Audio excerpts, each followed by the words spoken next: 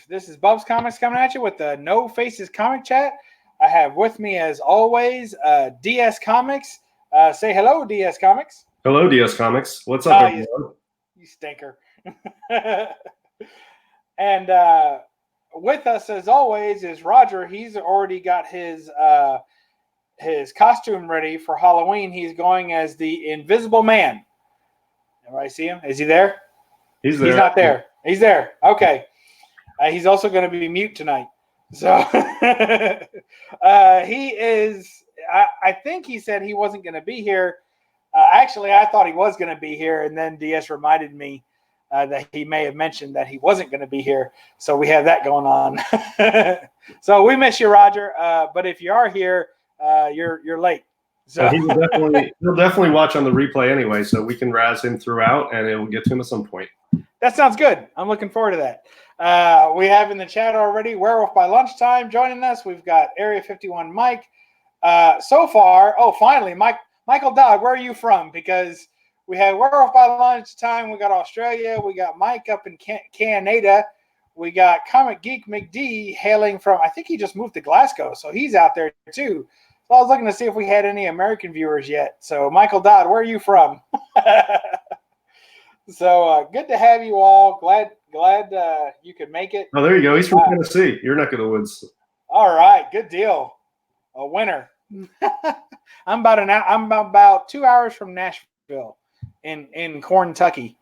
So, and glad to be here because they're the only people that haven't kicked me out of their state yet. Although I think they're rallying. Right, you can always move back to New York City. They'll take you back.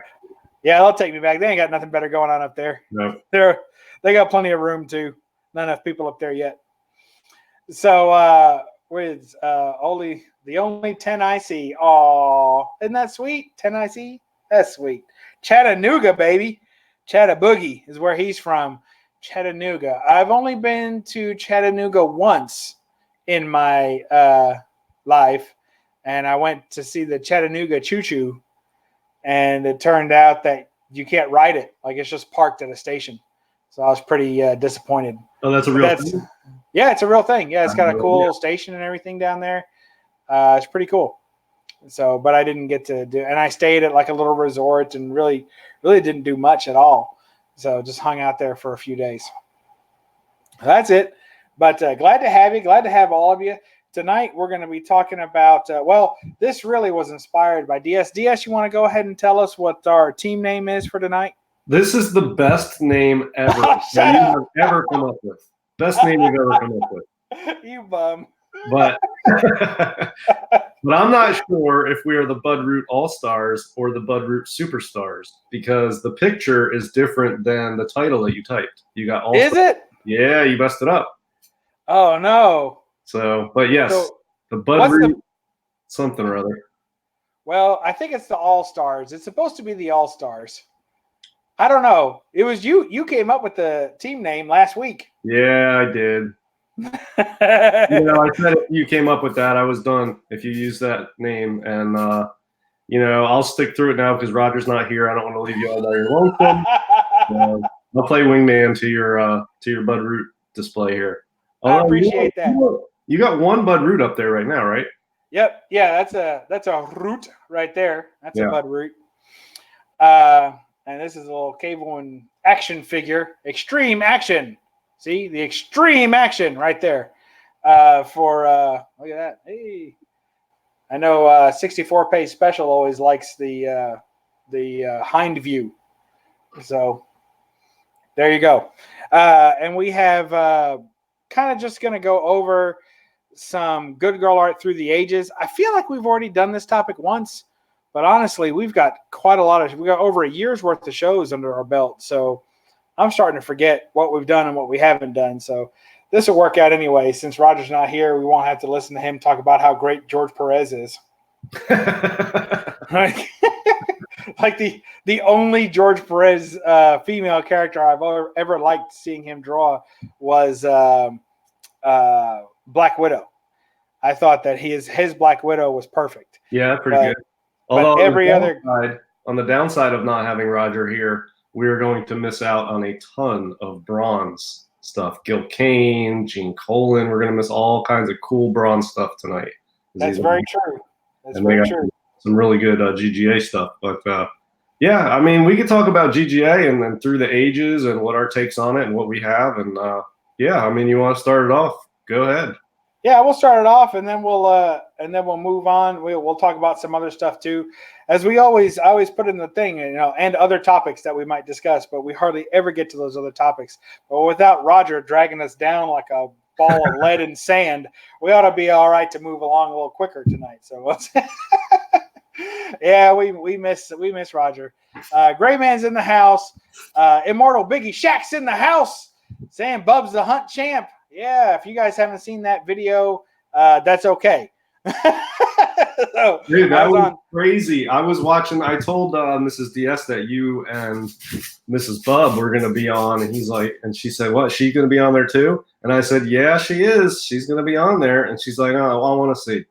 So we sat there and counted down until the show came on, and then we both watched some of it, and then we went and did some other stuff. But she was quite impressed. The fact that she joined you on there and that your character was just so off the wall and you did such a good job getting into that character.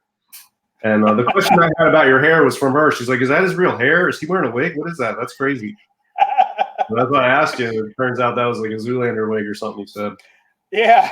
Yeah, I'd bought the Zoolander Steelbook edition, right? And it came with which is the Blu-ray, whatever. The definitive cut, right? Like you need any extra cuts of that. And it came with a Zoolander wig, and I was like, well, that'd be perfect. Only paid $5 for the DVD, so it worked out, or the Blu-ray. Yeah. Worked out pretty good. I like a bargain. That was a lot of fun. If you guys get a chance to catch that, check that out on Tony Sanders' channel, and we'll go from there. So, but tonight we're going to talk about some good girl art. Looking forward to it. Let's see. Obviously, we'll start with the Golden Age. DS has, I think, his only 2 Golden Age books in his collection. He's displaying right now. Well, I've got like 5 left. I've got a few. As you know, I try to keep a small collection these days. I'm not really a fan of having a huge collection anymore, or even a big collection. I have a collection compared to what I used to have. So I have Golden Age. I'm just trying to stick to bigger books, which are bigger for me, and that changes depending on the times or my tastes or my budget. But GGA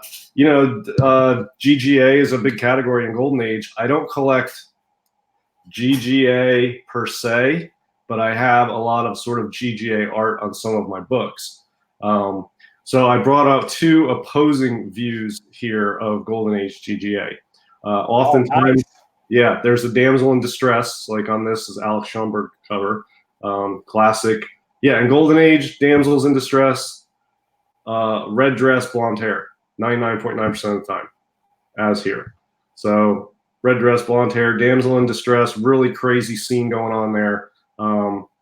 You see that a lot in Golden Age. On the other end of the spectrum, even beyond, you go to, damsels in distress, and then the girl and the guy sort of in trouble, but not quite distressed, and she's not by herself. And then, the girl helping the guy out who's in more distress than her. And then sometimes the girl is the hero, but she's struggling. And sometimes just the outright hero kicking ass. And then all the way at the other end of the spectrum, you got some oversized, giant, black, fin-headed, dominatrix-style female art on the cover. And that's this Planet 39. Just crazy. I always felt like this was like a dominatrix feel to it. And you can see the stark difference. Red dress, blonde hair, black dress, black hair. Even her eyebrows are pointing up and hers are pointing down. And, it's just a crazy scene. So, the female form is a big part of all Golden Age comic books. And, I dig it. It's not why I collect Golden Age. It's not an aspect I target, but it's an element that when it's done well on a Golden Age comic book that I like for other reasons, like horror type theme. It's good. I really dig it, and it's usually done well. I like the way the female physical form is portrayed in the Golden Age more so than the way it is now, and that's just a personal preference. But you know. Why is that? Because some of it's the same reason I don't like the Phantom Lady run by Matt Baker in the Golden Age. Really? Just look fake. You know, you can just tell they're just a little too big up front, and it just looks fake to me. So, you know, some of the Adam Hughes, J. Scott Campbell, whatever, I don't even know. I don't collect that stuff, but it's too Barbie-esque for me, and phenomenally well done. These guys are skilled artists, like you've never seen in the comic world ever. But the way they draw the female, it's almost, I don't know, it's cartoonish in a way that it doesn't appeal to me as much as some of this.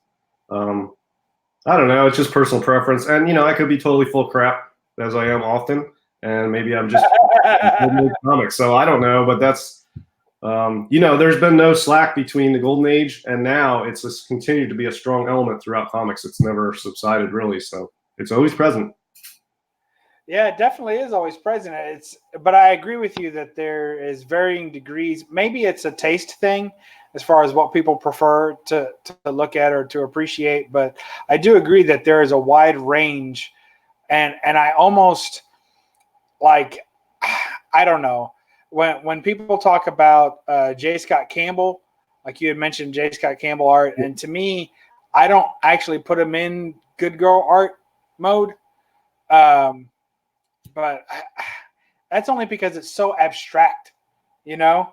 I think it gets to a point where, you know, when your legs and your femur and stuff are like this long and your body's that long and your nose is just a dot, like I don't like, I almost don't feel like that counts anymore as an appropriate or a true.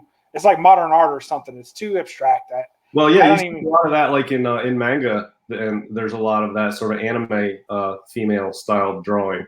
I think a lot of it's minimalist as far as the line work. But yeah, you're right. I like you know, more of the filled out curves than some of the sharp, like just a dot for the nose, or, you know, whatever. It's just different styles through the ages, and I particularly like the Golden Age style of the female form when I see it. I agree. Well, let's show some of it. Have you got? I'll throw a few up. You've got a Planet Comics up there. I'll see your, what is that? 43 you got? 39. 39. And I'll put up this 65. Yeah, real good one there. I love that one. That is a tough one to get too. That's highly sought after in the later issues too. That's a nice one. Yes, I love that one. I was very lucky to get that. I like that one. And here's another one that I'm just looking for, the ones that are kind of more known for the good girl art on them, you know, because they all have some, but that upside down one, yeah, that's a good one too. Chains are kind of getting drug off. That one's pretty, as far as the Planet Comics runs go, that one's another one. Now there's several others that I don't have, of course. Well, Planet Comics has 73 issues, I think, total. Yep, that's right. And probably 70 of them have some type of good girl art on the front. Well, see, that's what's funny about it, because a lot of them I don't. It's the earlier ones, like, you know, there's rivet collectors and there's non-rivet collectors, right? Right. Yeah. And really, the non-rivet collectors are just people who don't have enough money for the rivets. I think most of us would like to have all of them, you know. Yeah, I don't see too many people setting out to collect. I'm going to collect the Planet, but I don't like the rivet covers. Yeah, right. That's really not a thing. But as far as what I would consider, I mean, just because there's a girl on the cover doesn't, in my opinion, make it good girl art. I think that it needs there has to be some accentuation to it. There has to be, for me to consider it good girl art, it has to have, for instance, this is a great example. So there has to be, you know, for lack of a better term, or actually this is the correct term, headlights. There usually has to be some headlights involved, or taillights. Yeah. So you gotta have one or the other, right? So either you're showing extra of the chest or some of the behind. And then the other thing is that there has to be some sort of forced or accidental exposure. I think that makes a big difference too. So if you see here, normally if she was standing like that, right, then that skirt or whatever would be laid over there. It would be lower. But because she's being held upside down, it has this kind of risque notion to it that you're seeing more than you really should be seeing. And I think that's key. Here, this woman is passed out, but you can see that she's obviously wearing a revealing outfit already. But the fact that she's passed out means that she can't control kind of how much she's revealing. So and I think that has the cover. Yes. Now here's an example where I don't think that, normally this to me wouldn't really be good girl art. It's still Planet Comics. It's number 61, right? And you see there, she looks fairly normal, right? There's a little bit of skirt waving in the wind, but it's not showing anything. But look, she's not wearing any shoes. And at that time, to show feet like that even, that was already kind of suggestive. Yeah, that's true. And risque. Yeah. So even this qualifies, even though to me these days this wouldn't hardly qualify as good girl art because the headlights are covered, taillights are covered. There's no accidental exposure of any kind, but she's lost her shoes somewhere. Yeah, so when it comes to GGA, especially in Golden Age collecting community, GGA is a specific genre that people go after. Now, I'm showing Golden Age books that have the closest in my collection to a GGA element, but really these are not GGA books. In the Golden Age community, GGA books or the GGA genre is basically books where that is it, like an Archie book or a Matt Baker Headlights cover, or a Spirit 22, something, Will Eisner, something that the entire draw is the woman, and that's sort of like GGA. Nobody would consider these GGA, but I don't collect the actual like hardcore GGA, so this is as close as I get. But yeah, I think the Planet Comics are closer to a GGA. And it's good girl art is what it stands for, but it really doesn't seem to me to have anything to do with whether the girl is being good or whether it's, I don't know if it's the girls are good or the art is good for good girl art. I guess it's good girls, but the girls don't have to necessarily be being good. I don't know where that comes from. I'm not an expert on it, but it's a pretty hot genre. And among Golden Age, Matt Baker is at the top. On my list, he is not the top. I would put Frank Frazetta. Eisner is near the top. Jack Kamen gets virtually no credit. He worked on a lot of the same titles as Matt Baker, and Matt Baker and Jack Kamen, you can't distinguish them except from the CGC label, I think, half the time. That's just me. But so yeah, GGA is usually like, there's a lot of Archie books that would be GGA because that's all it is. It's centered around that. These aren't really centered around that. It's just an element in it. Planet Comics are more centered around it because they have Nissa of the Moon as a main character on a lot of the covers. Yes, which I enjoy those too. I think that it's definitely, when it came to sci-fi, the Planet Comics really pushed the female characters to the forefront, whether they were the good guys or the bad guys. And in many cases, even you'd have both. So you'd have, the lead, good guy being a woman, and she would go up against, the villain, which was also a woman. So there was a lot. They did it both ways, and I think that helps round out the title a little bit. Yeah, it definitely has a lot of good elements on all the Planet Comics. That's the top sci-fi title, probably not just Golden Age, but probably of all time in comics. The best sci-fi title is probably Planet Comics of all time. I do like it. I can't help it. Yeah, you have that. You got quite a few, don't you? I've got 21. Jeez, that's a lot. That's good. Good work. I have 2, but I'm not trying to complete a run. But there's more I like, but I only have 2. Well, you have 2 that I don't have, so if we want to work out a trade or something, then you can work out a deal on this one, but the other one is Planet 1, and we can work out a deal on that too. But I don't think we're going to anytime soon.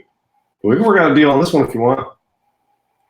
Oh, you don't like number 1? You're not gonna come off your number 1? That's ridiculous. I'll come off it, but you gotta come up with the right number. Yeah, I don't have that number. I already. I had that number. I'd already have one. Yeah, Michael Dodd's throwing Wally Wood out there too. The EC artist had some good GGA art skills. I really think Johnny Craig is my favorite EC artist when it comes to that type of art. He's got some really, really good stuff. There's one, I think it is a vault of horror with a woman sitting on the grass in front of a tree, and there's like a corpse coming towards her. And I can't remember if I think it's a Vault of Horror. It could be a Tales from the Crypt. I'm not sure. It could be a Haunt of Fear. I don't know. I'm not an EC collector, but really, really well done. Johnny Craig's my favorite EC artist. Well, I'm trying to help out Gray Man and Michael Dodd with a little Sally Forth action. The problem is I don't have any sticky tape that will cover this. So let's just, if you'll forgive my hideous finger here. So this is Sally Forth. And basically what Sally, do you know what Sally Forth is, DS? Not really. I know the name, really. That's it. I don't really know anything about Sally Forth. All right. So Sally Forth was a Wally Wood creation. And basically he made her, holy cow. Can't show the back cover for sure. Holy moly. Is that when you bought a Heroes Con? Yes, I did. Yes, yeah. I did. But I bought the whole set. Yeah, you definitely can't show the back cover. Yeah. I don't know how much of any of it I can show. But anyway, Sally Forth was basically like for the GIs, and the idea was they were kind of fun, kind of smutty type, comics. They're actually quite entertaining and witty as well. But you can't really show too much of them. They get pretty risque, and the inside is really basically she's like a space cadet in every sense of the word. There's one with Tarzan kind of finding her in the jungle, and she kind of gets trotted around through space and finds herself in precarious situations the entire time, almost completely nude. Well, and most of the time completely nude. And also the other characters she encounters, the other female characters anyway, are also nude. So, but that's Sally Forth, and Wally Wood is really good, And that was that in the 70s? That was a 70s book? Yeah, it's like 76, 77. Yeah. Okay. It's just fantastic. He's definitely one of my favorite artists by far. And you mentioned the Golden Age. So as far as the Wally Wood stuff goes, but I can't find, and you know what it is? I can't spell. There it is. It's weird with an E or an I. What, Wally? No, weird. W-E-I. E-I, okay. I was going to spell it I-E, so let me pull. So, okay. So here's two of my favorite Wally Wood covers. And here's Weird Science number 10. Now, I don't know if you'd call this, good girl art, but that's definitely a pretty girl there. And she's in a nice outfit. But, I mean, really, this is what I call the Wally Wood slobber monsters. Yeah, he's good at those. Really more about his slobber monsters on this cover. Absolutely love that one. But now this one, I think, would be considered some good girl art. This is Weird Science 17, also done by Wood. And you can see you got this girl. What was that you were saying, DS? Red dress, blonde hair. Yep, red dress, blonde hair, upside down. She's being taken by a slobber monster. And then in the back, you have a darker red dress with brunette hair, but it kind of matches. And then you got all these people passed out or dead or whatever in the scene as well. So really great Wally Wood action there. So it's not all just kind of smutty, although he definitely had a lot of that in him. Well, I'll tell you, when it comes to Golden Age GGA art, Alex Schomburg is obviously a great and highly sought after Golden Age artist. And this is an Alex Schomburg. But his GGA art is not really that good, if you ask me. And he really only draws one woman, and that's her. I'll show these a little closer. and you can see it's the exact same girl. I mean, this girl's been through a lot on these Schoenberg covers. So there's her there. Good. Yeah, I mean, she's all right, but I mean, it pales in comparison to like anything by Frazetta or Matt Baker or Will Eisner. So that's her. She's all right. And that was, I guess she got out of that in 1944 and found herself on a planet in 1948. Same hairstyle, same face, same dress. So, but yeah, this is probably a more GGA than the other one just because that's center stage. Oh, definitely. Definitely. And they just have a different feel. Like some of the ones that are more tailored towards like some of the torture covers, I'm thinking some of the Eisner stuff, some of the like the Daredevils, the early Daredevils. Some of them are a little bit harder for me, I don't see them as much. They are definitely in the good girl category, but I think yes, like that one. That's perfect. I'm gonna zoom in on that. Bring that up to the camera so everybody can see that. Yeah, this is another red dress, blonde hair, different artist. This is Tony Mortellaro, Mr. Mystery 6. So to me, this book is a perfect example of when good girl art transitions into bondage. And they don't have to be mutually exclusive. But I think the way that it's presented, usually the look of fear or horror on the woman's face moves it, in my opinion, to the bondage category past good girl art. Now, the other one you showed where Bender is carrying her, it's far less. She's not terrified. It's just her usual like blank expression that he does, So to me, that's good girl art. And even though she's being tied up, it's still more good girl art. She's a little worried, but she's surprised maybe at best. But the other one, that chick's terrified and she's going to die. Like the next scene, she's dead, right? Yeah, I mean, she's being rolled into a vat of acid and the guy's turning it and this guy's not helping. He's tied up back there. So yeah, her days are numbered there. She's down to seconds. Yeah. So I think that it transitions a little bit from good girl art to bondage. And it's not, like I said, doesn't mean that you can't have both on the same cover, but I think that it does move it a little bit in category. As far as collectors go, like I don't really collect too much bondage. I collect good girl, and then there's some bondage in there. Yeah, and I don't know if bondage covers is a specific type of element, and actually both of these, the CGC note says bondage cover. Let's see. Isn't that wild how they put that on there? Bondage cover too. All 3 of the 4 say bondage cover on the CGC notes on the books I have here, and that's not as a side note on that. Does that Startling Comics have classic cover notated on the cover? It says classic robot cover. This says that's good enough. Bondage cover, and that one says classic bondage cover, and then this one doesn't say anything. This interesting. 39. So they all say classic. Yeah.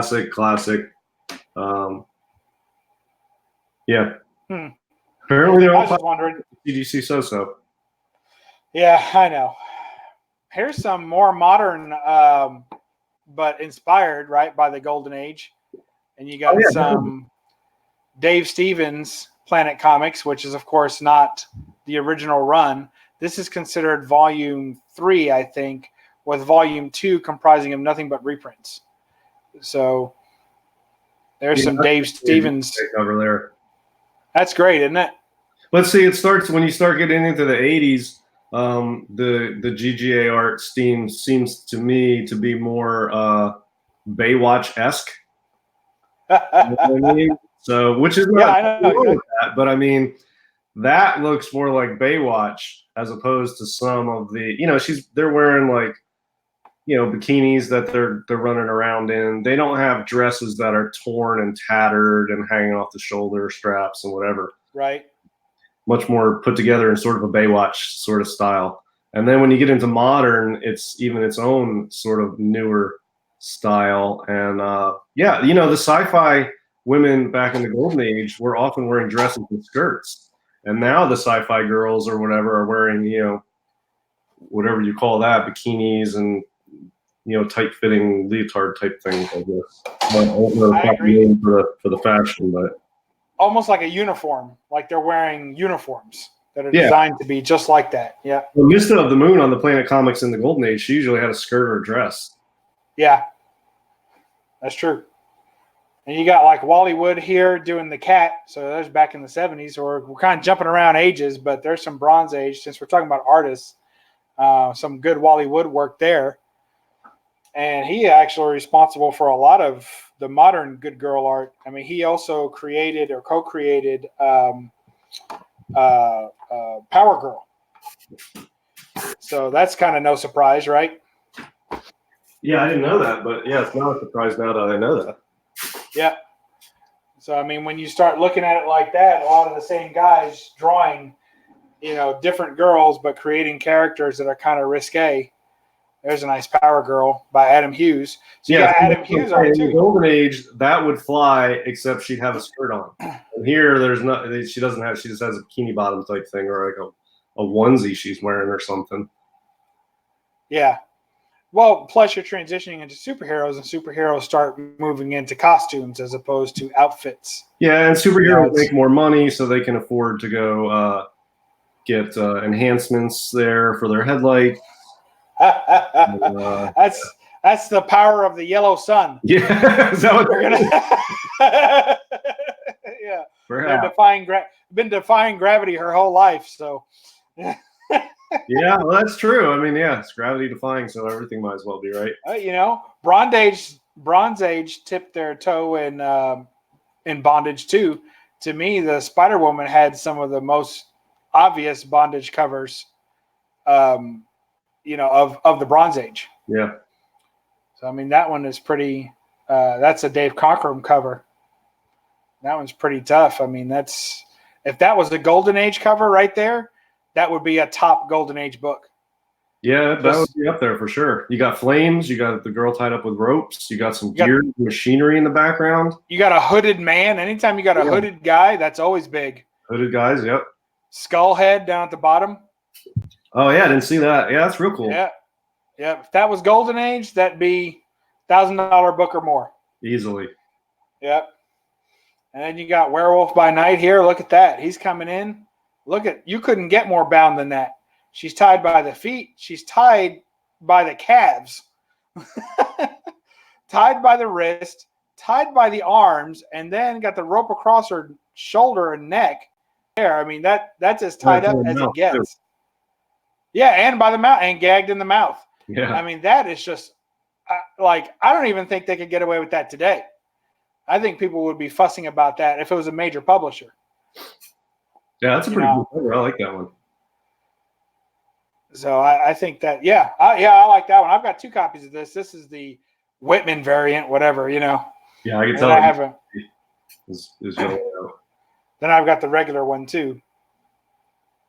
So let's see. And, speaking of Spider-Woman, you got Frank Cho. He's another great girl artist. So would you classify this in the Barbie doll category? Yes, definitely.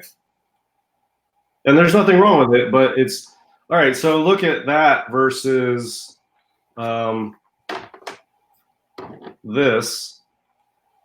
If you can put them side by side, you'll see the difference, especially in the headlights.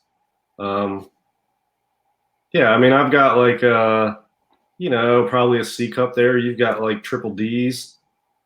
You know what I mean? Yeah, I know what you mean. It's more Barbie-esque, and there's nothing wrong with that, but it's just a totally different style. And everything else pretty much the same, but that has been enhanced over the years.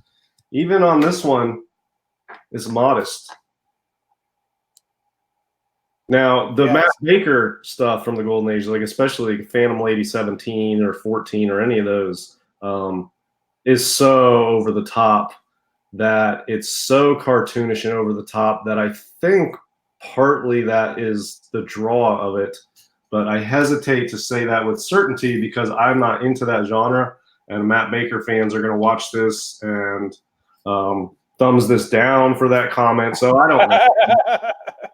But you can see the headlights on the Matt Baker stuff, like the Phantom Lady run. It's it's off the wall. I mean, it's so over the top. But I feel like that's sort of the direction it's going in modern comics, is where he was at that point with the Phantom Lady. So I agree. It's funny you mentioned getting thumbs down from Matt Baker, for Matt Baker shade. But whenever I throw shade on J. Scott Campbell, my videos always get a thumbs down. It's like every time, because I think that people know that my channel shows a lot of good girl art through the ages, really all different ages. yeah. And so I have a lot of fans, if you will, or subscribers that come to the channel kind of, I don't know if just to see that, but are excited to see that part of my channel. And so whenever I say something against J. Scott Campbell, like, what? Traitor! Well, yeah, I mean, J. Scott you're supposed to love him. Yeah. J. Scott Campbell, Adam Hughes, there's a couple others. Look, those guys are so talented, and they're in such a rut, in my personal opinion. Like, how much more of this, like, Baywatch type covers do we need to see from Adam Hughes? Like, he can draw other stuff. That guy is super talented. Same with J. Scott Campbell, but I mean, I don't know if it's just so in demand, keep doing it. Don't change what works. So, I mean, like, again, I might be completely full of crap. I don't know. But it seems like, if a new Adam Hughes cover is coming out, I know what it's going to look like. It's just a matter of, is it going to be in a Catwoman costume? Is it going to be in a Supergirl costume or whatever? But, I mean, it's going to be the same theme every time Adam Hughes puts something out. You can do it on a lot of covers and not be in such a rut like Josh Middleton. His stuff I really dig, and he has that type of art on all of his work, but it's sort of more varied or not more creative necessarily. I mean, all these guys are creative and skilled, but it has a different feel to me when I see Middleton work, as opposed, he's got that one. I don't even know if it's Catwoman or whatever, but it's like really sort of dark lighting, and it's very realistic looking, and it's a really killer cover. And it's not just a girl with big headlights in the middle of the cover. Boom. Well, like here's an example of I think what you're talking about. So here is Joshua Middleton's Batgirl, yeah. And you can see that she is not overly endowed in any way.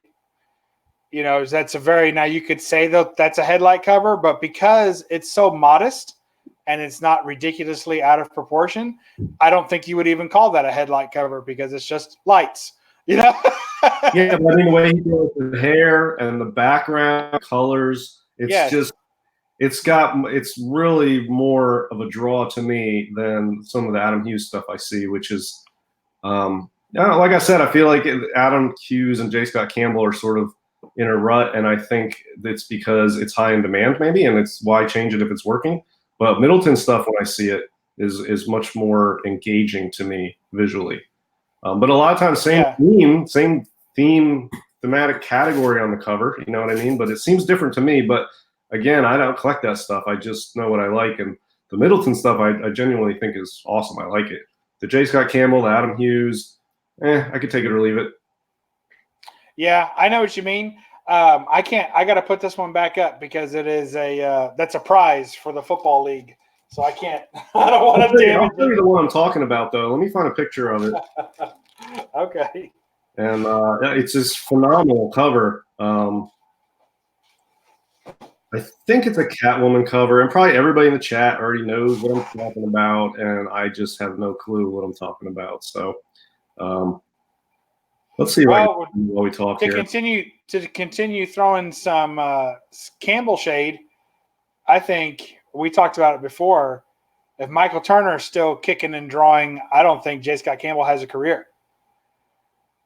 I think Turner was very, to me, J. Scott Campbell and Michael Turner are very similar.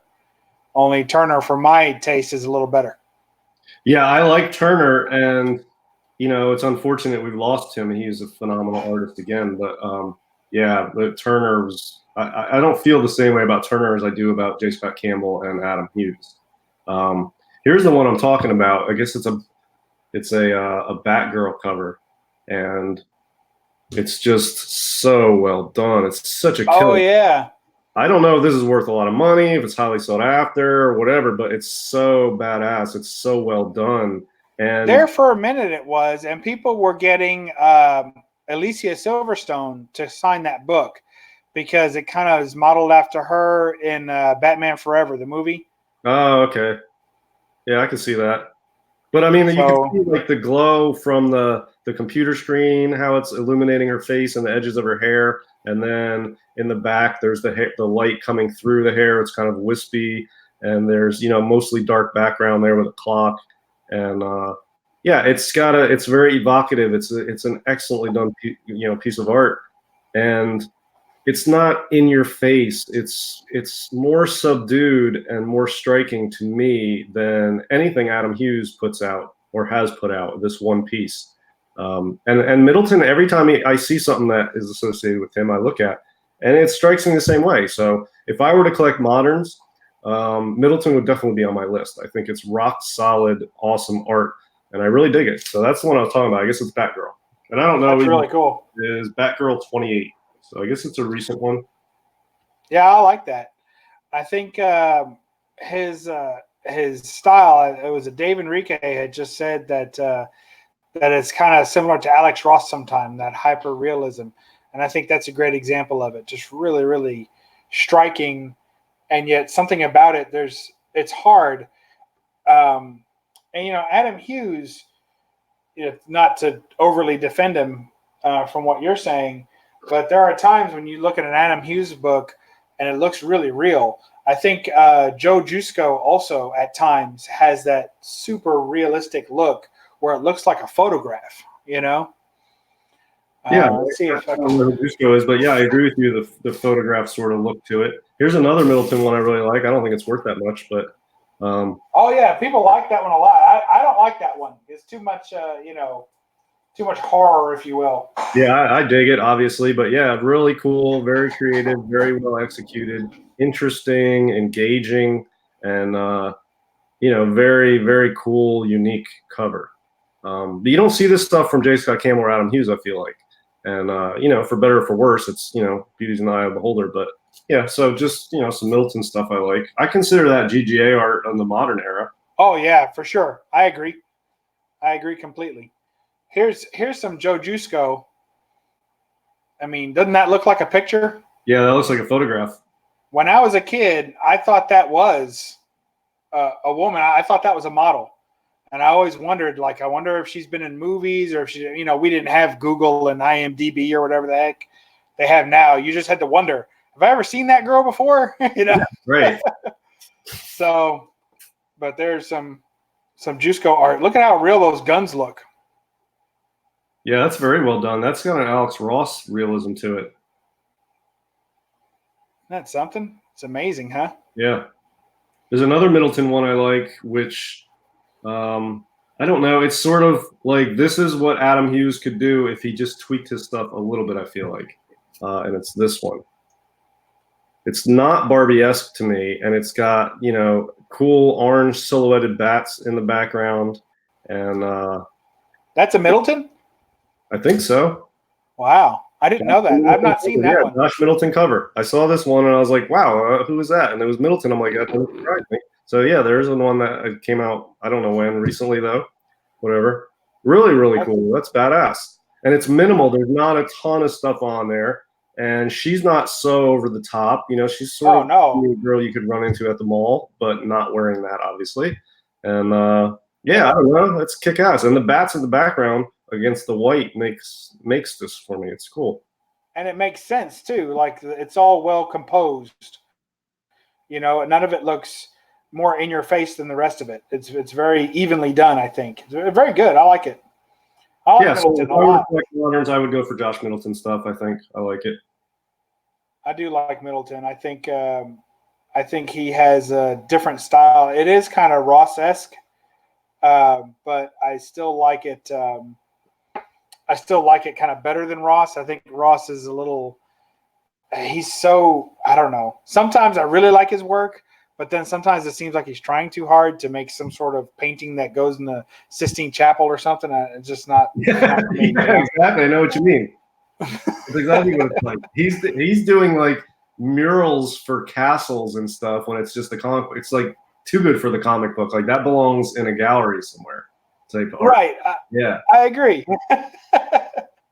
I totally agree. But he's got a way of using light on characters where it's almost like he doesn't really use shadow. He just uses ultra bright light and dimmer light to create the shadow. So it's all really bright, and there doesn't seem to be a lot of shadow. His way of using shadow is just less bright lighting, sort of, and it's got a really cool, like high def feel to it or something. I don't know. It's interesting. I think Alex Ross's is really good. And, I liked Alex Ross when I bought the Marvels title that came out in 1993, I think. I bought all 4 of those, and then they had the number 0 that came out at the end. I bought that. I had the whole set. I sold them a couple of years back. But they were, it was really, really cool, realistic stories with realistic art, and it was Alex Ross. And, at the time, nobody knew who Alex Ross was, but that was like breakout sort of art, I think, was that Marvel series. And really grabbed me at the time in the early 90s when I remember looking at that. It sort of reminded me of like The Watchmen, or that show that's been on recently on Amazon Prime, The Boys, sort of a more realistic, gritty superhero storyline sort of feel to it. And then the art was really different than anything else at the time. I agree. Mike over at Area 51 is wanting to see some art germ if we're talking about good girl art. Oh yeah, this is about art germ. This is about the only art germ cover I really like. The rest I think are just trying to be better than that, and I also don't care too much for the full digital art. I know that he does draw some, but most of his art is like, to me, video game type art, like cutscene art. I don't really care for that too much. I always get a thumbs down whenever I say that too. So this one's going to be full of them. It's hard for me to tell. I'm not an artist, but sometimes the line between what is actually drawn and what is digitally drawn it's tough to tell. But if you go over that line, it has a certain look that doesn't appeal to me because I like old school, pencil on paper sort of, pen on paper sort of drawing. But art germ, I think, is better than Hughes and Campbell to me, to my ignorant modern self. But I still think Middleton's better even than art germ. And art germ seems to be in a little bit of that same rut, the Campbell, Hughes, art germ sort of rut, like that. Yeah, I mean, how many times I think I've seen that cover like 200 times from those 3 artists. That's how I feel about it. Whatever. Yeah, because they're all trying to make that one by Adam Hughes. They're all trying to beat the Adam Hughes cover, in my opinion, and they just can't. Well, this is the closest, I think. That Adam Hughes is a little different because that's obviously that's probably the Adam Hughes Grail, right? Yeah, pretty much. That makes sense, though. That one, I like that one a lot. It's the meteor, the lighting, the color scheme. That's a cool one. I like that one a lot. I do like that one. And let's see, tune in. I was going to just say that they were talking about Wrightson. Who's mentioning Wrightson? Yeah, Michael Dodd mentioned Wrightson. Wrightson and Frazetta really like the way that they draw the females. So I love this. This is one of my favorite females drawn by Wrightson here. I just think that's fantastic. I love how she's twisted around. She's got the horror on her face just right. It's expressive, She's not, like you say, over the top, out of proportion either. She's got a foot there if you're into that. I just think the whole thing is really the way Dracula's coming out of the ground and attacking her. That's one of my favorite females drawn by Wrightson. Yeah, and that's of course, you have to mention House of Secrets 92 there as well. So yeah, just well done. She does not. It looks like it. That's not a chick I want to party with. She wouldn't be high on my list, but. Right. Yeah. I don't think that's good girl art, but it was mentioned like cute girls, and I think that fits. Yeah, Frazetta and Wrightson. Frazetta did the. He did a lot of comic book art. he did a lot of paintings, and he did a lot of like magazine stuff, like for Erie and like Vampirella. And they all sort of have different styles. I feel like the comic book art of Wrightson and Frazetta is similar. It's very wispy, very line oriented, very intricate. And then Frazetta's paintings and some of his magazine art is more of a silky smooth type feel to it, with set against a dark theme or a dark background. Just some random thoughts on sort of stream of consciousness thoughts on those two guys. Anyway, I wasn't going anywhere with that. I was just throwing it out there. That's fair. Somebody said Liefeld drew some hot chicks. Okay. I don't think I have any examples of those. I don't know. He had that one Cap, or was it Cap or Thor with the really big headlights? Oh, it's Cap, yeah. That's a headlight number, right? Biggest headlights in the history of comics right there. Absolutely. There's some Frank Cho, some more Frank Cho goodness. Some jungle art there. Yeah. That one's signed by Frank Cho. I like that. And I wanted to show this one too. I wanted to get your opinion on this, DS. All right. So this is a Jim Balent cover for Catwoman. It's number 5. And so would this be Copper Age, I guess, right? Yeah, that's probably late Copper Age. So the idea here is that is a total, basically painted costume, right? It's totally painted. So it's not showing any skin other than on her face. But still, I mean, that's very indicative of that type of racy costume like you were talking about. It's very it's just straight up just showing as much as you could show, Yeah, that looks like that could come out, this month, honestly. Yeah, I agree. Yeah, who said Dave Enrique says I don't want to party? I'll party with Louise Simonson. The real Louise Simonson, right? It's going to be more fun than the girl on the cover of House of Secrets '92. I mean, it's only like 9 p.m. and she's already in her pajamas brushing her hair to go to bed on that. The moon's out, man. It's not 9 p.m. Like keep Louise Simonson up over midnight at least. You ain't right. We got Greg Land, right? So that's a little bit divisive figure there, but I like Greg Land. Now that doesn't get. I mean, that's big and made of diamond right there. Yeah, that's too much for me. Here's one of his Tomb Raiders. That was earlier in his career, a little more subdued. Yeah, that one's decent. I like the Tomb Raider. I like the theme of Tomb Raider. It's a cool story, cool setting. Let's see what else we got. We got some Dave Stevens here coming back, bringing it old school. Yeah, and that's very. I mean, that is very proportionate. There's nothing out of line there. Well, that Crossfire 12 is my favorite Dave Stevens, and that one is I think that qualifies as good girl art. Oh yeah, for sure. I'll show that one off. I'll bring a picture of it here, and we can. Oh, you don't have to. I got it. Oh, do you? Absolutely. I didn't know you had that one. Oh yeah, man. I love that book. Yeah, there it is. I've got it at 9.4. That's not too bad. Oh yeah, real nice. And an old case, I might could get that out present. But it has a crease where it's been read. It's got that spine crease on it, so it's hard. When you have a real hard spine crease like that, I think you can't get much more over a 9.4 no matter what you do. Well, what I would do with that is just sell that, and whatever it gets, add cash to it to get the 9.8, because the 9.8 is not that much more. I mean, you're going to get what, $50 out of that probably. And well, the reason why I bought this was because it was only like $15 higher than a raw copy. Yeah, I mean, you can keep with it, but I mean, if you really want a 9.8, just sell that, get like $50 out of it, or 45 or whatever, and then throw in an extra 100 on top of it and get a 9.8. They're really not that much money, and it's a super cool cover. I'm thinking about just getting a black Sharpie and just changing that 4 to an 8. What do you think? I think that's a good idea. I think you should do it.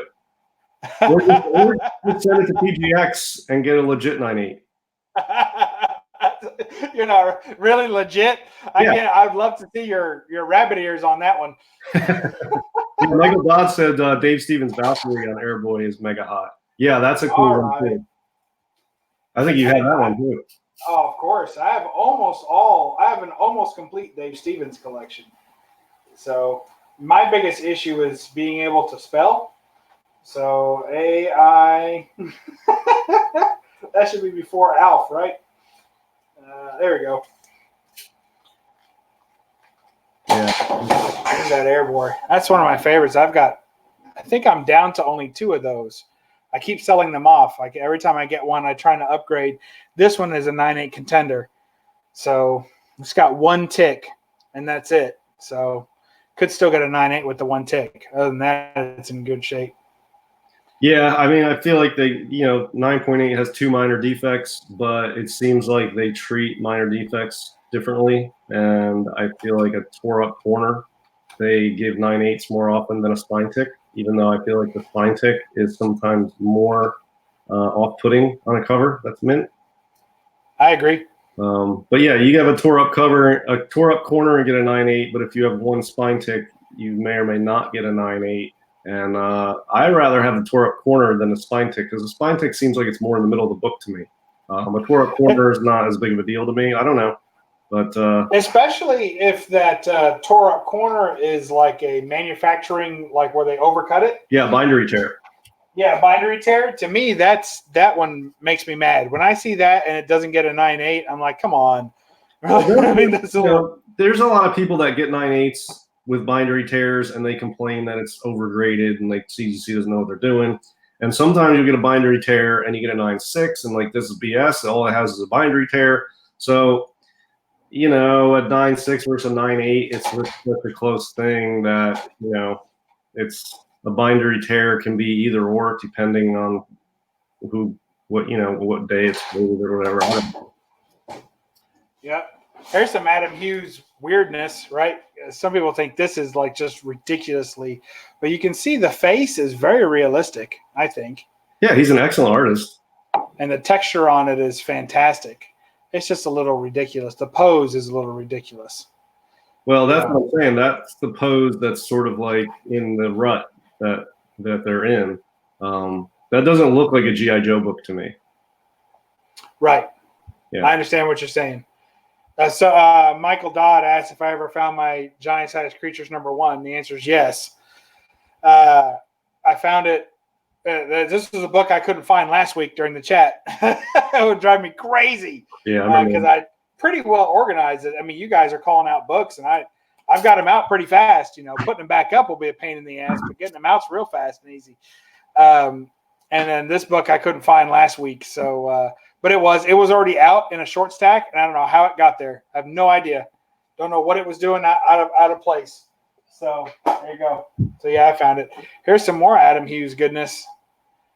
That's a famous / infamous cover there, right? I like better than some of the other ones. I like that one. It's more action oriented, and I don't know. I just the background, the colors. But again, that's Tomb Raider, right?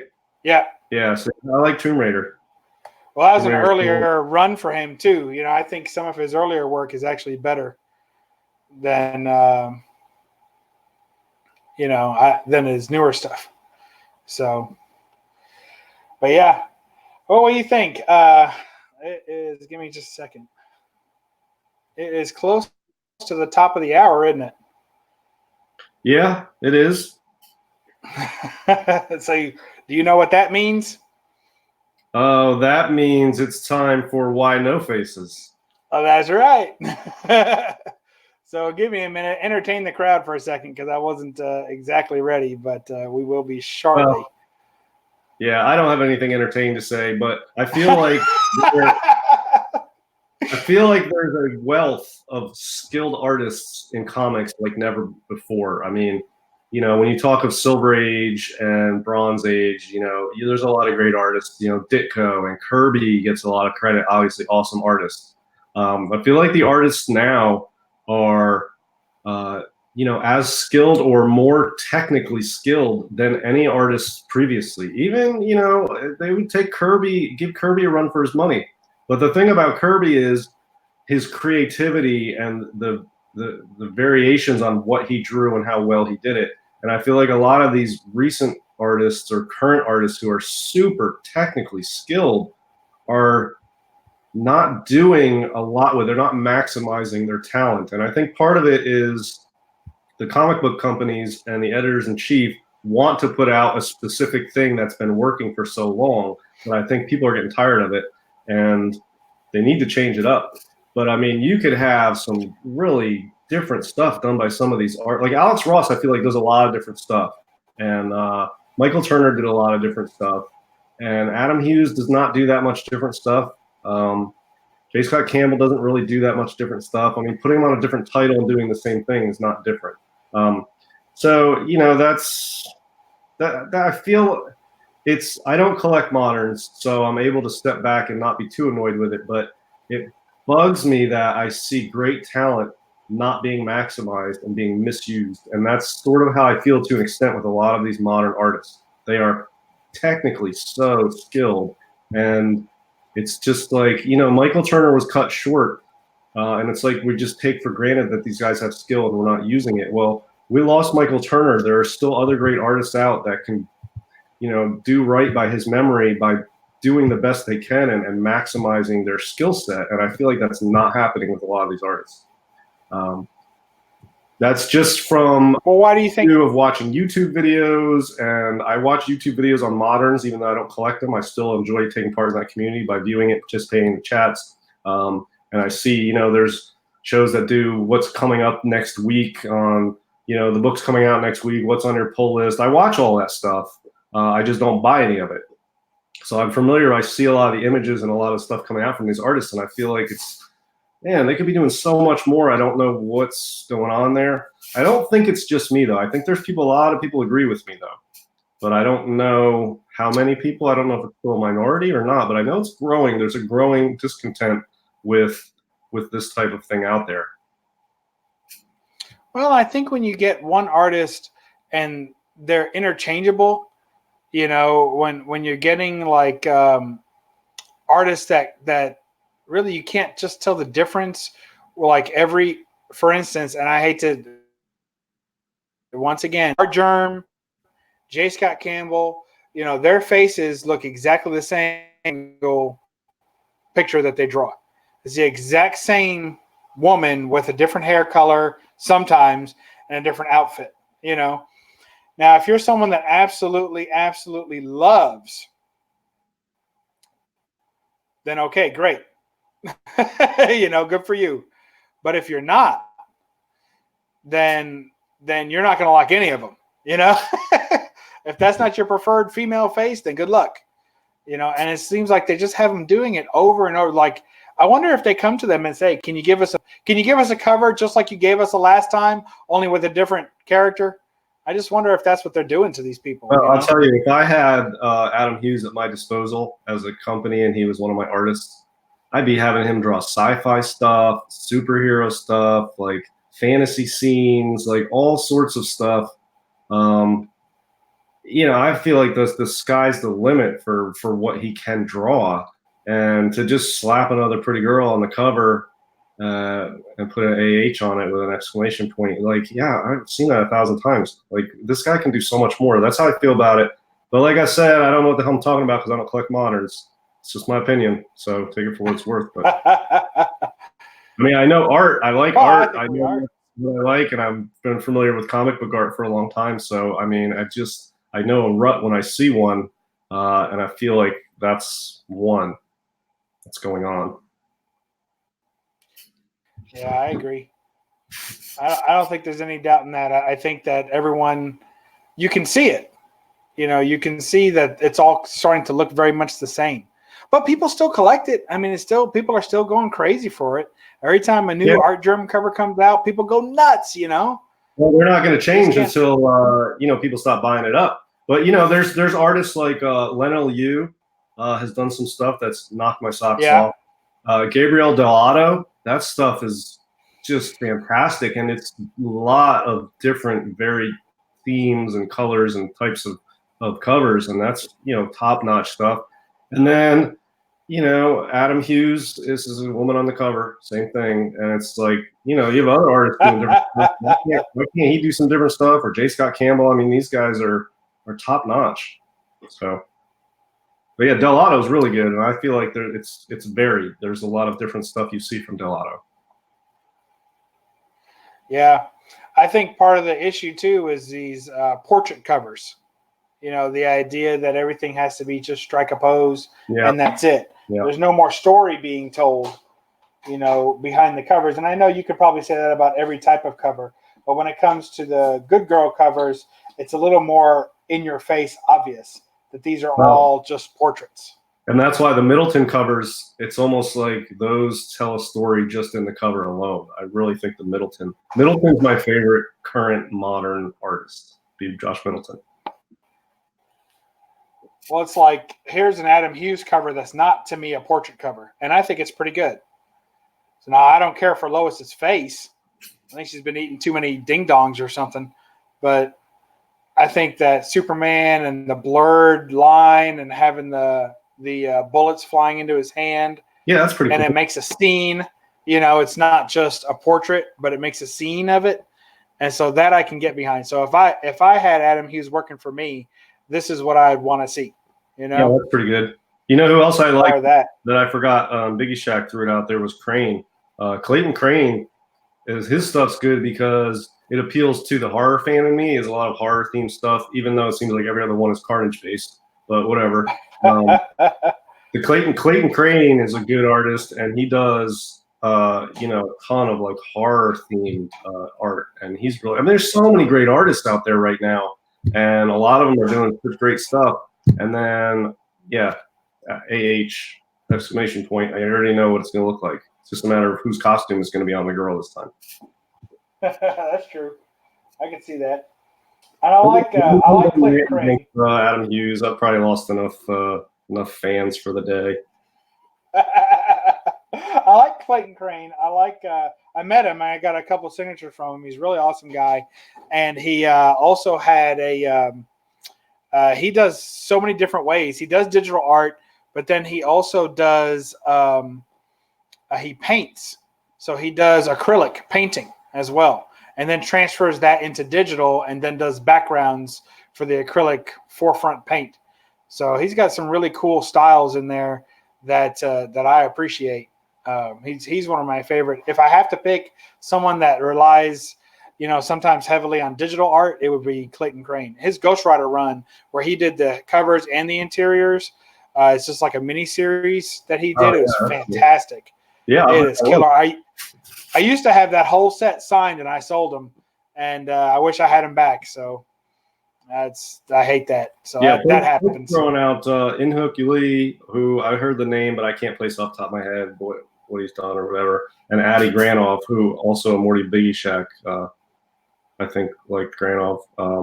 Granoff I like. He's got. I typed in the chat. We'll comment about it, but he's got a really cool style where he like drags the colors and pulls the colors along and pulls the lines and wraps them sort of in an interesting way that it really flows nicely. His work is very distinctive, and it's got a nice. I don't know. It's almost like you feel like some of these Granoff pieces, he only drew one line and it just curves around on itself for the whole thing to create the artwork. It's a very interesting, cool style that Granoff has. That's cool. I like that. And Biggie Shack saying right. Mignola, I guess. I mean, if he's talking about Mike Mignola, I don't know if that's who he's talking about or if it's somebody else I'm not familiar with, but a great artist. White Whale Comics loves Mike Mignola the most. One of his favorites. I didn't know that he was a big fan. Yeah, Pope Granoff is clean. It's clean and sharp and sort of it's almost like it's sort of like a liquidy, silky, metallic look to his stuff. It's very cool. I like Granoff. Granoff's got some good style to him. Yeah, I like Granoff too. And he's got a Wolverine book that I'm really fond of. I can't even find it right now. So it's because it's an off title. I think it's more of a Weapon X book or something. He's got a really good cover on that one that I like really well. Well, it's No Faces time. All right. Are we ready? I'm ready. So we're going to need some more participants. I'm running thin on the list here, but I think it was last week or 2 weeks ago, Gray Man put his hat in the ring, and he said to find a rough picture of him. I got to tell you, it wasn't hard. So if somebody wants to give us a bigger challenge for next week, we'll take it. But until then, let's go ahead and show. Let's see. It's coming. Is it there yet? Is it there yet? Can you see it yet? I don't see it yet. Here is our wide. DS, explain to us what this is. Well, this is, when you are high on pause, and pause is a drug that affects everybody differently. And this is how it affects a Gray Man, apparently, on that particular day.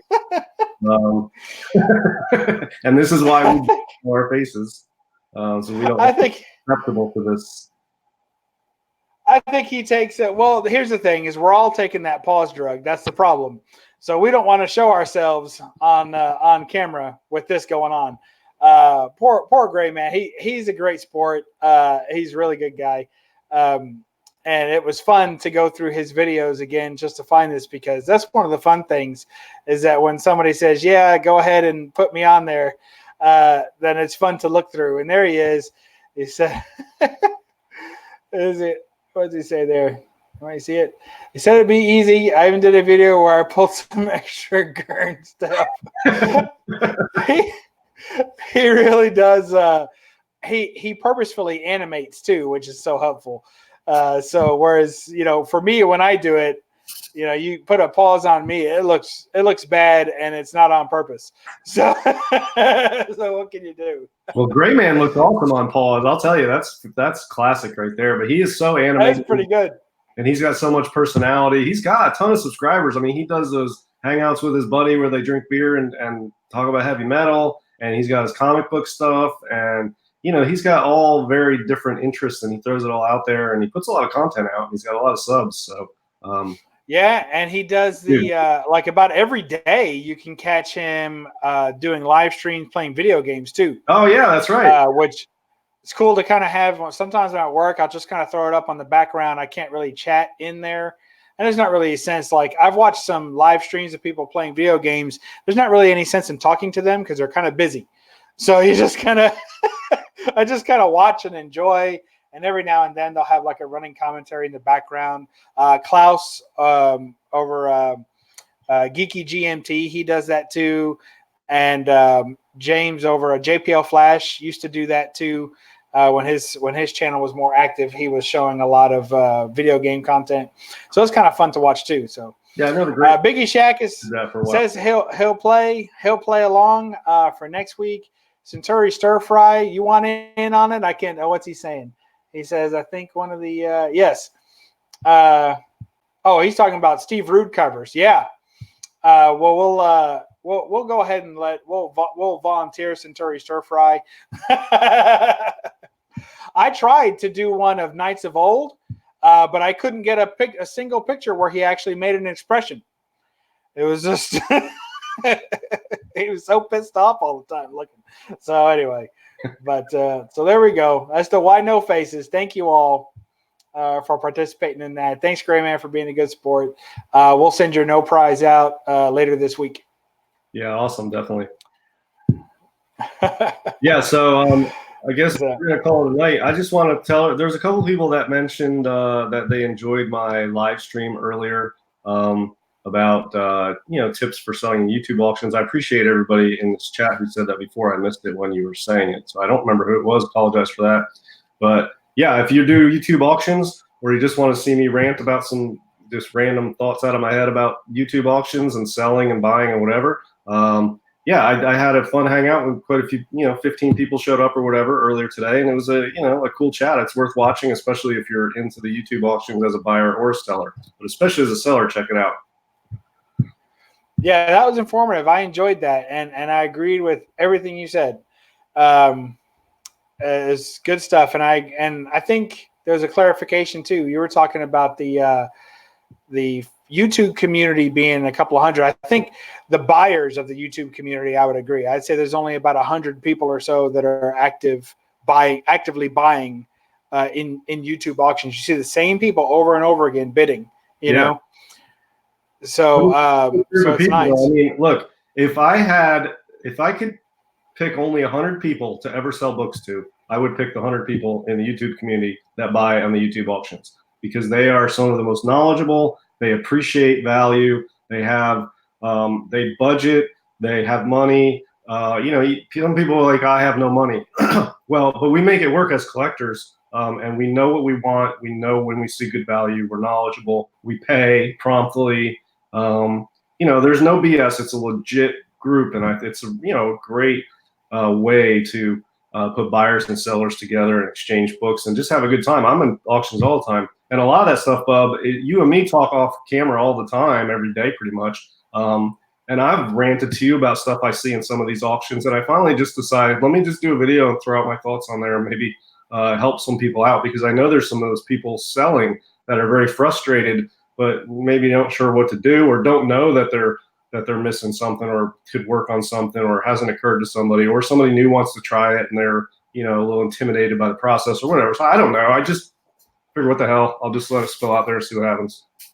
It was good. It was and I know that I'm wrong in this, but it's one of the few times that you've gone live and shown your face on your channel. So yeah, that doesn't times recently. And you know, the reason I'm doing that lately, the last couple videos, is just because I'm too lazy to set up my tech to do it another way these days. Honestly, it's just my computer has a camera on the front only, so I can't see the screen unless I'm looking at it. And my phone, I have to prop it up on something, and my lighting sucks. So I'm just like, screw it. It works when I just do that. So I'm just going to try that for a while. You know, whatever. Absolutely. I think it was nice to have you during the day. It was good to, you know, I'm working most of the day and I'm on Eastern time working. So it was nice to have something to watch there and be a little interactive here and there, because I can't chat a whole lot. I listen a lot, but I can't just be plugging away on my keyboard. Yeah. People are like, what are you doing, writing a paper? I'm like, yeah. So, well, I'll tell you, you know, if I do, I'm going to try to start doing a little more content, and it's often going to be Monday afternoons probably, because, you know, this is my weekend. I have an odd schedule. So my weekend is the beginning of everybody else's work week, and I'm free and I have time to do a video. So, you know, I did one today. So I might do another one next week, or maybe another one tomorrow. Who knows? Cool. I like that. I'll leave us. I'm looking for a Bud Root cover that I can actually show. So you know, it's hard because a lot of his stuff is a little risque, or a lot risque. Yeah. So, and some of them are just outrageously good. But I'm like scrambling to find. Here's one I was going to show in a couple weeks. I'll go ahead and preview it now. But look at that. The Bud Root? Yeah. Bride of Frankenstein cave woman cover? Yep. That's cool. With what, almost like an Egyptian sort of thing to her. It's really neat, isn't it? Or it's a mummy. She's wrapped up like a mummy. Yeah, she's wrapped up. She's got bandages like a mummy. Yeah. Okay. But they're leopard print bandages. Okay. Yeah, very cool. I like that. So I thought I'd leave us with that one. Thank you all for joining us on the No Faces chat. Roger, we missed you. But as it was said many times in the chat tonight, this is a rare opportunity for DS and I to indulge in some of our more carnal instincts. As Roger is forever our moral compass on this show, and we miss you, and we're glad to have you all the time. But it was nice a little bit to change the chat topic into something that probably Roger would not have approved of as much. So, well, he does a good job keeping us out of the gutter, but when he's not here, it's just full gutter. We've been in the gutter the entire show. Without him, we don't know what to do. We can't fall. He's like the backstop that keeps us from falling into the gutter for too long or too far. Which we need. Yeah. So, yeah, Pope Cerebus said usually only a few hundred copies of Bud Roots. Yes, most of my covers are 450 or less. And that's what's funny is like people talk about modern variants being rare. Oh, I've got a 1 in 100, 1 out of 100 variant. I'm like, what's that? They printed thousands of that thing. I'm dealing with literally only 450 of these exist, and I've got one of them. That's pretty awesome. I like that and thankfully it's something that I already like. So it works out pretty good. So, all right, guys. Well, thank you all for joining us. And we'll check you out next time on No Faces Comic Chat. DS, you want to say your goodbye? Oh, what do you got going on? Anything coming up? Golden Guys tomorrow night on the Comic Core channel, and Baltimore Comic Con in 2 or 3 weeks? 2 weeks. Oh, it's exciting. A little over 2 weeks. Yeah, it is exciting. Haven't blown all of the budget yet, but